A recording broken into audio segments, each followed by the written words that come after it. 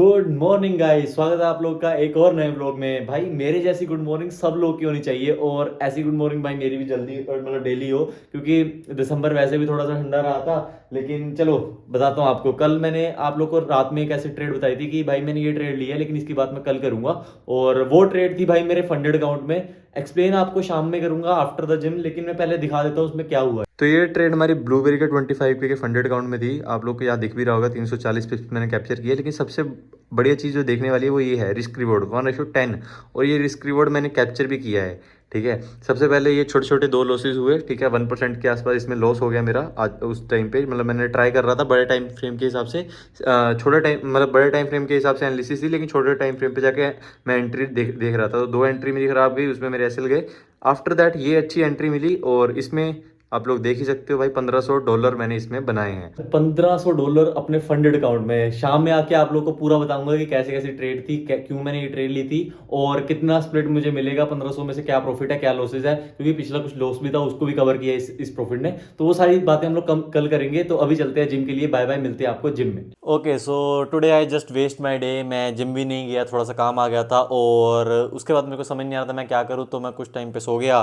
फिर मैंने उसके बाद, अगर आप लोग देखो, मैं आपको इस पे दिखाता हूँ। मैंने अपने मतलब 2-3 बंदों की टीम बनाई है। मतलब टीम क्या, मतलब मेरे दोस्त थे या कह लो मेरे भाई लोग हैं, उनके साथ मिलके हम लोग काम कर रहे हैं फ्यूचर प्रोफॉर्म पे, कि फ्यूचर प्रोफॉर्म कैसे हम लोग अटेम्प्ट करें और उसको कैसे पास करने की कोशिश करें, कैसे वहाँ से पे आउट निकालें। क्योंकि सीएफडी में तो चल ही रहा है, हम लोग ट्रेड कर ही रहे हैं, लेकिन फ्यूचर में भी हमें शिफ्ट करना है आगे आगे। तुम लोग भी अगर इंटरेस्टेड हो इस चीज़ में तो टेलीग्राम पे मेरे को मैसेज कर सकते हो। वहाँ पे मैं डाल दूंगा, जो जो बंदे इंटरेस्टेड होंगे वहाँ पे मेरे फ्यूचर वाले ग्रुप में ज्वाइन कर सकते। आज भी मैंने 1.5 घंटा वहाँ पे यही डिस्कशन की कि सीएफडी और प्रोफॉर्म, फ्यूचर प्रोफॉर्म में क्या डिफरेंस है और आने वाले टाइम में कैसे ट्रेड करना, सारी चीज़ें स्ट्रेटजी वगैरह बिल्ड करेंगे साथ में मिलकर हम लोग। तो अगर तुम लोग को ज्वाइन करना है टेलीग्राम पे चले जाओ, वहाँ पे मैंने डाल दूंगा सारा सिस्टम की भाई जिस जिसको ज्वाइन करना है वहाँ पे आ जाओ और फ्री ऑफ कॉस्ट ये ग्रुप रहने वाला है। एंड जस्ट उसके बाद मैं सो गया और मेरे पास कोई काम भी नहीं थे करने के लिए। और जो अगली ट्रेड बनने वाली थी वो सीधा न्यूयॉर्क सेशन में बनती, तो उसके लिए मेरे को वेट करना पड़ रहा था। और सुबह जो ट्रेड की आओ आपको वो बताता हूँ। और सबसे बड़ी ट्रेड जो, जिसमें मैंने $1500 बुक किए, सुबह मैंने शायद 1200 बताया होगा आपको, तो $1500 मैंने उस ट्रेड में बुक किए अपने फंडेड अकाउंट में। वो भी बताता हूँ आपको ट्रेड कैसी थी, क्या क्या उसकी साइकोलॉजी थी, क्यों मैंने वो किस बेसिस पे वो ट्रेड ली थी। ओके, सो अगर तुम लोग को दिखाई दे रहा है तो ये वो ट्रेड थी जिसमें 1:10 की मैंने आरआर बुक की थी। और इसमें जो प्रॉफिट हमारा बुक हुआ है वो तकरीबन कुछ इस तरह का है। Let me show you first. ठीक है, ये वो ट्रेड थी और इसमें हमारा $1518 मैंने बुक किए। थोड़ी बहुत ही क्वांटिटी अभी भी मेरी चल रही है, जो कि अभी मतलब मैं सोच रहा हूँ कि उसको होल्ड करके रखूँगा। सुबह यहाँ तक वो दिख रही थी, लेकिन अभी फिर दोबारा से गोल्ड नीचे आ गया, इसकी बात करते हैं। और उसके लिए टारगेट मेरा ये रहेगा 4551। ठीक है, जो मेरी रिमेनिंग क्वांटिटी है उसके लिए। ये ट्रेड मैंने ली थी 30 मिनट की एनालिसिस पे। 30 मिनट की अगर आप एनालिसिस पे जाओ और आप एक और चीज़ देखो आप, कि जो मार्केट जो कर रही है ऑल टाइम हाई पे क्या करती है, जो प्रीवियस जो हमारे स्पोर्ट होते हैं, जैसे मान लो ये स्पोर्ट है तो ये बहुत ही ज़्यादा स्ट्रॉन्ग स्पोर्ट होता है। मान लो ये मार्केट यहाँ पे आती है और रिजेक्ट करती है यहाँ से, तो एक अच्छी बाइंग जा सकती थी। ठीक है, यहाँ से भी वही सेम सिस्टम, इसलिए मैंने ये लगा रखा है। उसके बाद यहाँ से भी वही वही सिस्टम है। यहाँ से देखो कितनी बड़ी बाइंग आई है, अगर आपको पिप्स में दिखाऊं तो कितनी बड़ी बाइंग आई है, तकरीबन 650 पिप्स की। यही सिंपल सा हमारा लॉजिक था। और चाहे आप इसको ऑर्डर ब्लॉक कह दो, ये ऑर्डर ब्लॉक की तरह ही वैलिड है। मैं इसको जस्ट ओपनिंग क्लोजिंग या फिर स्पॉट कहता हूँ। तो इस 30 मिनट के स्पॉट पे इस तरह से मार्केट ने रिजेक्ट किया था। 5 मिनट में आपको दिखाऊं तो इस तरह की रिजेक्शन आई थी आफ्टर दिस 30 मिनट कैंडल। ये 30 मिनट की कैंडल क्लोज के बाद एक इनगल्फिंग कैंडल ने मार्केट हमें एक साइन दिया कि मार्केट यहां से बाई साइड के लिए जा सकती है। उसके बाद अगर तो मैं ये पूरी ट्रेड करता, मतलब इस तरह से स्टॉप लॉस लेके ट्रेड करता, मान लो मेरा 150 पिप्स का स्टॉप लॉस होता और ट्रेड मुझे मिलती 300 पिप की, तो ये 1:2 की ट्रेड होती। लेकिन मैंने यहाँ ट्रेड नहीं की, मैं गया सीधा 1 मिनट के ऊपर। 1 मिनट में जाने के बाद, ये रिजेक्शन के बाद मैं वेट कर रहा था एक अच्छी बुलिश कैंडल का, जो कि मेरे को, अगर आप लोग देखो, ये एक उस टाइम पे जोन बन रहा था कुछ इस तरीके से। ठीक है, और इस जोन में ये एक बुलिश कैंडल का ब्रेकआउट था। अगर आप ध्यान से देखो तो ये एक ब्रेकआउट कैंडल थी। तो मैंने यहाँ ट्रेड की, एसएल अपना इस स्विंग के आसपास लगा दिया। एंड इस ट्रेड में मैंने रिस्क कर दिया तकरीबन अपना 0.5% के आसपास, जो कि मेरा आपको दिख ही रहा होगा यहाँ पे, यहाँ कहीं पे एसएल चला गया।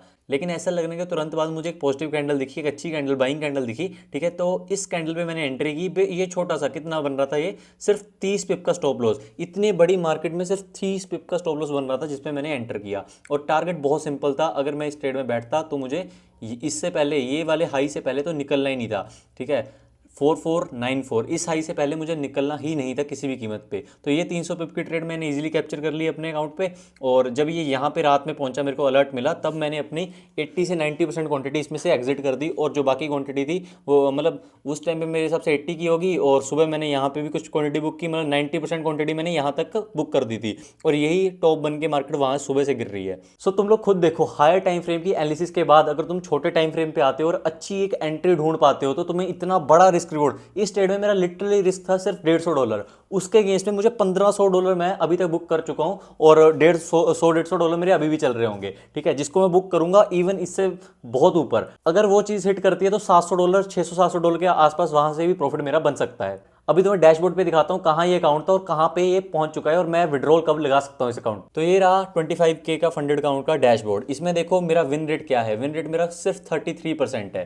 ठीक है, इक्विटी तुम लोग देख सकते हो $800 पॉजिटिव में है। ये $1500 की ट्रेड करने के बाद $800 अकाउंट पॉजिटिव में आ चुका है।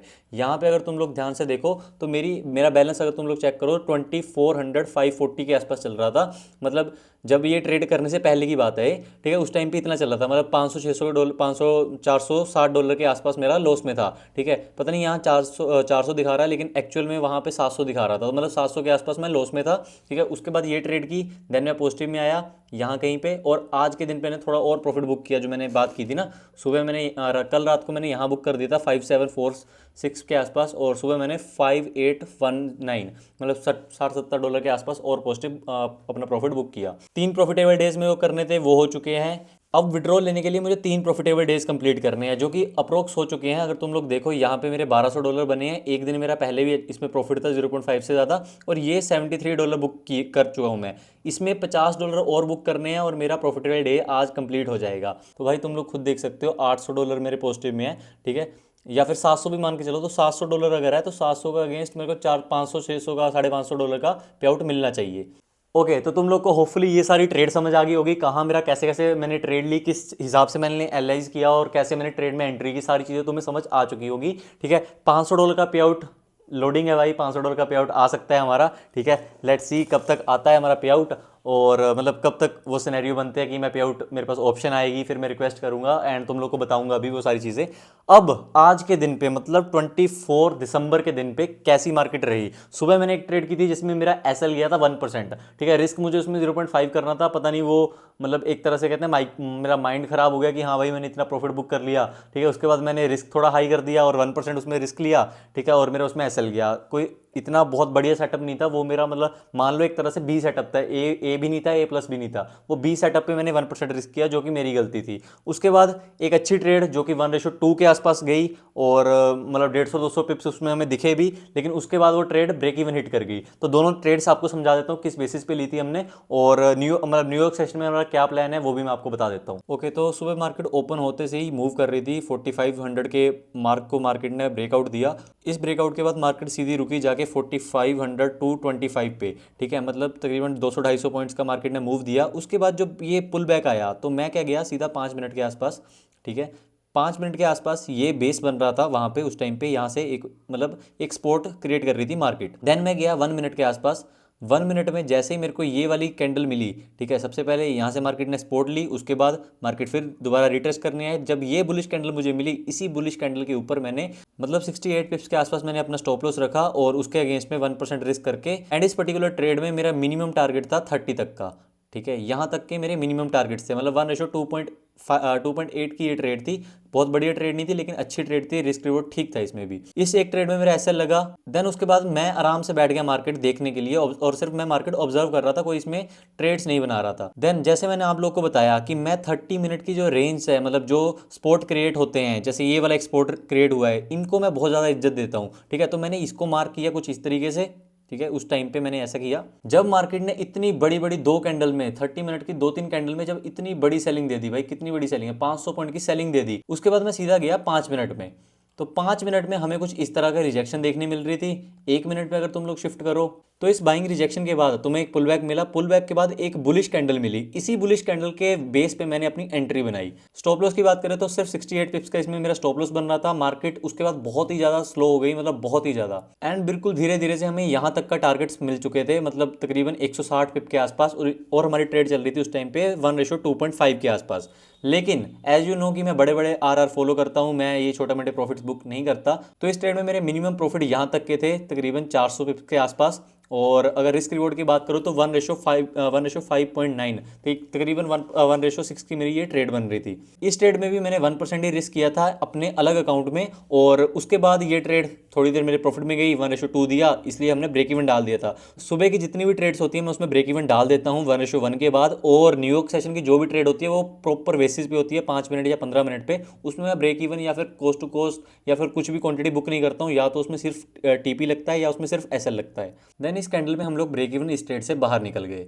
आफ्टर दैट ये सारा जोन साइडवेज ही है, लंदन सेशन में भी कोई खास मूव आई नहीं है। और अगर तुमने बड़े लेवल पे दिखाऊं तो ये मार्केट 1 घंटे के लेवल पे एक जोन बना रही है जिसमें मार्केट रह सकती है अगले आने वाले कुछ टाइम तक, ठीक है। एग्जैक्ट ये एक जोन है जिसमें मार्केट रहेगी, और न्यूयॉर्क सेशन में भी न्यूज़ वगैरह भी थी लेकिन उसमें कुछ खास इतना मूव आया नहीं है। तो मैं एक्सपेक्ट कर रहा हूँ कि अगर या तो इसका ब्रेकआउट आएगा 4500 का, तब मैं बाइंग वगैरह देख सकता हूँ, या सेलिंग अगर देखनी है तो इसके बाद देखेंगे, ठीक है। जो कि मैंने अपने टेलीग्राम पे बता भी दिया है, मैंने उसमें साफ साफ लिखा है कि अगर तुम लोग को सेलिंग करनी है तो भाई तुम लोग कर सकते हो, लेकिन मेरा उसमें सेलिंग का कोई व्यू नहीं है, ठीक है। और मैंने ये रेंज वगैरह की सारी अपडेट मैंने वहाँ पे पहले दे दी थी, इसमें मैंने बता दिया था कि अगर यहाँ से ब्रेकआउट आता है तब हम लोग बाइंग करेंगे, और हमारा टारगेट 4521 के मिनिमम टारगेट्स होंगे। मेरे साथ लोगों का व्यू भी बाइंग का था, लेकिन मार्केट सेलिंग में जा रही है, कोई दिक्कत नहीं है। इस ऑडियो में अगर तुम दोबारा इसको अगर सुन लोगे, ठीक है, कोई बंदा, तो मैंने बोला भी था कि मार्केट सेलिंग की तरफ जा सकती है, लेकिन मेरा सेलिंग की तरफ व्यू नहीं है, क्योंकि अगर तुम लोग एग्जैक्ट देखो तो इसी जोन से मार्केट ने दोबारा से दोबारा बाइंग देनी स्टार्ट कर दिया है, तो इसी जोन में मार्केट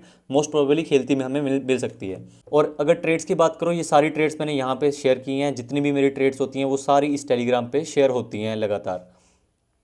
तो अगर तुम लोग अभी तक इस टेलीग्राम का पार्ट नहीं बने हो तो डिस्क्रिप्शन बॉक्स में यहाँ पे लिंक दिया गया है, इस पे जाओ, टेलीग्राम पे अभी ज्वाइन कर लो, और मेरे इंस्टाग्राम को भी ज्वाइन कर सकते हो, वहाँ पे भी अच्छी अच्छी वीडियोस आती रहती है। Okay, so that's it's for today guys. आज के दिन पे यही हमारी ट्रेड थी। 1% लॉस में हम लोग डे अपना एक तरह से क्लोज ही कर रहे हैं, क्योंकि अगर बाइंग आती है यहाँ पे, ठीक है, तो 0.5 क्वांटिटी के साथ हम लोग एक ट्रेड करेंगे। अगर उसमें ऐसा लग गया तो कोई दिक्कत नहीं, प्रॉफिट आ गया तो बड़े प्रॉफिट के लिए एम करेंगे, ठीक है। बाइंग की तरफ ही मेरा व्यू है। अगर सेलिंग चाहे जहां तक मर्जी गोल्ड गिर जाए, मैं सेलिंग नहीं करूंगा आज के दिन पे, और मोस्ट प्रोबेबली ये जोन में मार्केट रहने वाली है, तो ट्रेड ना ही मिले हमें। तो कल के दिन पे हमारा प्रॉफिट अगर देखो तो वैसे तो 1.5% हुआ था जो टेलीग्राम पे ट्रेड्स डाली थी, लेकिन अपार्ट फ्रॉम दैट जो मैंने ट्रेड की, मेरा दिन काफी अच्छा रहा, 5% के आसपास ओवरऑल मैं प्रॉफिट में रहा कल के दिन में भी। आज का ही एक दिन है जिसमें मैं 1% लॉस में हूँ, कोई दिक्कत नहीं है इसमें, ठीक है। इस ब्लॉग को हम लोग यहीं पे समाप्त करते हैं। तुम्हें कोई भी प्रोफर्म में अकाउंट चाहिए, ब्लूबेरी में या फिर क्यूटी में, सारे लिंक मेरे डिस्क्रिप्शन बॉक्स में। टेलीग्राम पे चले जाओगे, ट्रेड्स भी देख पाओगे, एनालिसिस भी देख पाओगे, और जो बेस्ट कूपन कोड मिलते हैं, मतलब